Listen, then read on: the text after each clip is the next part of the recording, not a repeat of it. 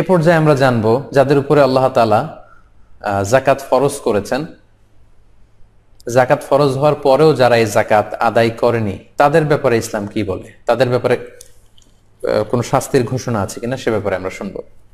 আমরা যদি পবিত্র কালামুল্লাহ মাজিদের আয়াতগুলো এবং আল্লাহ রাসূল সাল্লাল্লাহু আলাইহি ওয়াসাল্লামের প্রফিটিক যে হাদিসগুলো, ট্র্যাডিশনগুলোর দিকে তাকাই, তাহলে দেখবো যে যাকাত ফরজ হওয়ার পরেও যারা যাকাত আদায় করতে চাইবে না বা যাকাত আদায় করবে না তাদের ব্যাপারে কঠিন হুঁশিয়ারি ঘোষণা করা হয়েছে এবং ভয়ঙ্কর শাস্তির ঘোষণা দেয়া হয়েছে। সূরা তাওবার 34 নম্বর আয়াতে আল্লাহ তাআলা এই ব্যাপারে যাকাত যারা আদায় করবে না তাদের শাস্তির ব্যাপারে সুস্পষ্ট ঘোষণা দিয়েছেন। আল্লাহ বলছেন, ওয়াল্লাযীনা ইয়াকনিজুনা আয-যাহাবা ওয়াল ফিদ্দাতা ওয়ালা ইউনফিকুনাহা ফি সাবিলিল্লাহি ফাবাশশিরহুম বিআযাবিন আলীম। নবী হে, যারা স্বর্ণ, রৌপ্য, টাকা পয়সা, ব্যাংক ব্যালেন্স এগুলোকে গচ্ছিত করে রাখে, যাকাত ফরজ হওয়ার পরেও যাকাত দেয় না, তাদেরকে আপনি কঠিন আযাবের, কঠিন শাস্তির সুসংবাদ দিন। শাস্তির আসলে সুসংবাদ হয় না, শাস্তির হয় দুঃসংবাদ। কিন্তু এখানে সুসংবাদ বলে আল্লাহ তাআলা শাস্তিটা যে খুব ভয়ঙ্কর হবে এবং যারা আদায় করলো না তারা যে অনেক বড় পাপ কাজ করলো এই বিষয়টা বোঝানোর জন্য বললেন তাদেরকে সুসংবাদ দেন যে এমন কঠিন শাস্তি দেয়া হবে যেটা তারা কল্পনাও করতে পারবে না। ইয়াউমা ইউহমা আলাইহা ফি নারি জাহান্নাম ফাতুকুয়া বিহা জিবাহুহুম ওয়া জুনুবুহুম ওয়া যুহুরুহুম হাযা মা কানাসতুম লিআনফুসিকুম ফাযুকু মা কুনতুম তাকনিজুন। তারপরের আয়াতেই সূরা তাওবার 35 নম্বর আয়াতে আল্লাহ বললেন, সেদিন যে সম্পদগুলো তারা জমিয়ে রেখেছিল এগুলোকে আগুনে পোড়ানো হবে, আগুনে পুড়িয়ে এগুলো দিয়ে যারা যাকাত দেয়নি তাদের কপালে দগ্ধ করা হবে, তাদের পাজরে দুই পাশে দগ্ধ করা হবে, তাদের পিঠে ছেঁকা দেয়া হবে। এই সম্পদগুলোকে বিশাল লোহার খুন্তি বানিয়ে কপালে, পাজরে, পিঠে তাদেরকে ছেঁকা দেওয়া হবে আর তাদেরকে বলা হবে, হাযা মা কানাসতুম লিআনফুসিকুম, এই তো তোমাদের সম্পদগুলো যেগুলো তোমরা নিজেদের জন্য গচ্ছিত রেখেছিলে।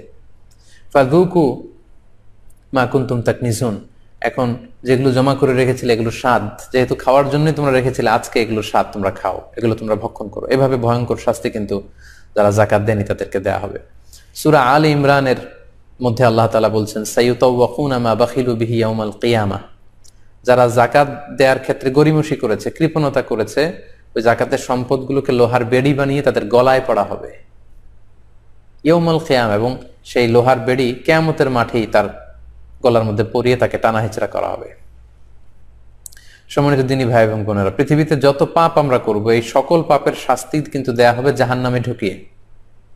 এই পৃথিবীতে যে সমস্ত পাপ করা হয়েছে এই পাপের জন্য আগে কিয়ামতের ময়দানে বিচার হবে, বিচার শেষে জাহান্নামে ঢুকিয়ে শাস্তি দেয়া হবে। কিন্তু মানিউজ যাকাত, যে যাকাত দিতে চায় না, যাকাত ফরজ হওয়ার পরেও যে যাকাত দেয় না, তার শাস্তি কিন্তু হাসরের মাঠেই হবে। আল্লাহ বলছেন, সাইয়ুতাওয়াকুনা মা বাখিলু বিহি ইয়াউমাল কিয়ামা, যে ব্যাপারে তারা কৃপণতা করবে যাকাত দেওয়ার ব্যাপারে, তাদেরকে এই যাকাতের সম্পদগুলোকে লোহার বেড়ি বানিয়ে তাদের গলায় পরা হবে ইয়াউমাল কিয়ামা, in the day of judgement, in the resurrection day, কিয়ামতের দিনই তাকে গলায় বেড়ি পড়ানো হবে। লক্ষ মানুষের সামনে গলায় বেড়ি পড়িয়ে আল্লাহ তাকে অপমান করবেন।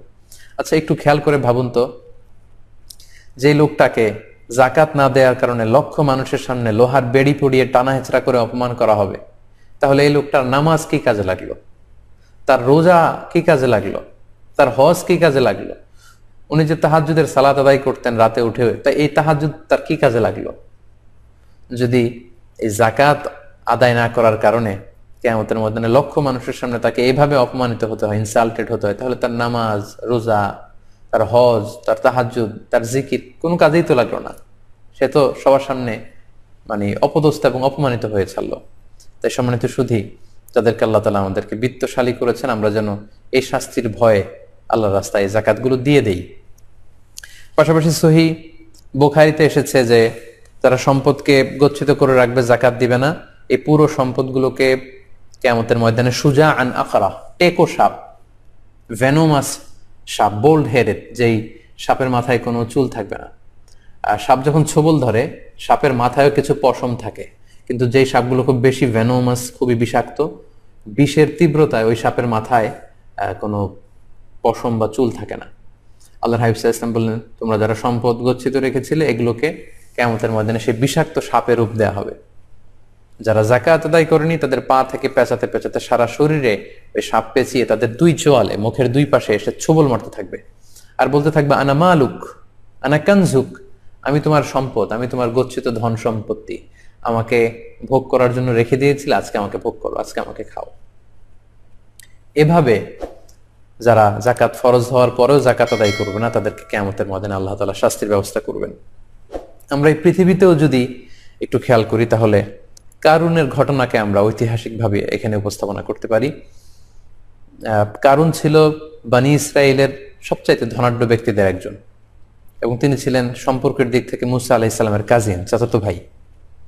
তো মুসা আলাইহিস সালাম কারুনকে অনেকবার জাকাতের আদেশ করেছে, যে কারণ তুমি, আল্লাহ তাআলা এই সম্পদ তোমাকে দিয়েছে, তুমি জাকাত দাও। কিন্তু কারুন অস্বীকার করে বলল, ইন্নামা উতীতুহু আলা ইলমিন ইনদি, আমি আমার বুদ্ধি, বিবেচনা, জ্ঞান আর ইন্টেলেক্টকে কাজে লাগিয়ে এই সম্পদ উপার্জন করেছি, আমি কোনো জাকাত টাকাত এগুলো কিছু দিব না।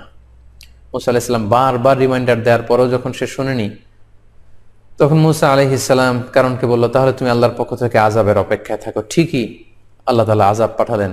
আল্লাহ বললেন, ফাখাসাফনা বিহি ওয়া বিদারিহিল আরদ, সূরা কাসাস আজও সাক্ষী। আল্লাহ বলছেন, ফাখাসাফনা বিহি ওয়া বিদারিহিল আরদ ওয়া মা কানা লাহু মিন ফিআতি ইয়ানসুরুনাহু মিন দুনিল্লাহ ওয়া মা কানা মিনাল মুনতাসিরিন। আমি কারুনকে তার সমুদয় সম্পদ সহ জামিনে দাবিয়ে দিলাম। এবং সহিহ বুখারীতে এসেছে যে কারুন তার সব সম্পদ সহ প্রতিদিন 1 বিঘত করে আন্ডারগ্রাউন্ডে যেতেই থাকবে up to the day of judgment, কিয়ামত পর্যন্ত সে নিচের দিকে যেতেই থাকবে। এবং আমি স্বচক্ষে এই কারণের এই ধ্বংসাবশেষ, এই জায়গায়, ভয়ঙ্কর জায়গায়, এই লোকেশন আমি দেখে এসেছি। মিশরের রাজধানী কায়রো থেকে প্রায় 100 মাইল দূরে আল ফাইয়ুম নামে একটি জেলা আছে মিশরের, সে জেলাতে কিন্তু কারণের এই ধ্বংসাবশেষ গোটা বিশ্বের যত ধনী ব্যক্তিরা আছে, বিত্তশালী যারা জাকাত আদায় করছে না, তাদের জন্য ইতিহাসের সাক্ষী হয়ে কিন্তু ঠায় দাঁড়িয়ে আছে ওই জায়গায়। তাই এগুলো যদি আমরা খেয়াল করি, তাহলে দেখবো যে কতটা ভয়ঙ্কর শাস্তির ঘোষণা আল্লাহ তাআলা দুনিয়াতেও তো কারণের শাস্তির মাধ্যমে আমাদেরকে চাক্ষুষ দেখালেন, পাশাপাশি আখিরাতে এই ভয়ঙ্কর শাস্তিগুলো কিন্তু আল্লাহ তাআলা আমাদের জন্য জমা রেখেছেন। সম্মানিত সুধী, আলোচনা করতে করতে আমরা একেবারে শেষ পর্যায়ে চলে এসেছি। আমি বলেছিলাম যে আজকে আমরা 5টি বিষয় নিয়ে কথা বলবো। আমরা জাকাত আদায় না করলে কি শাস্তি, সেটিও জেনে ফেললাম।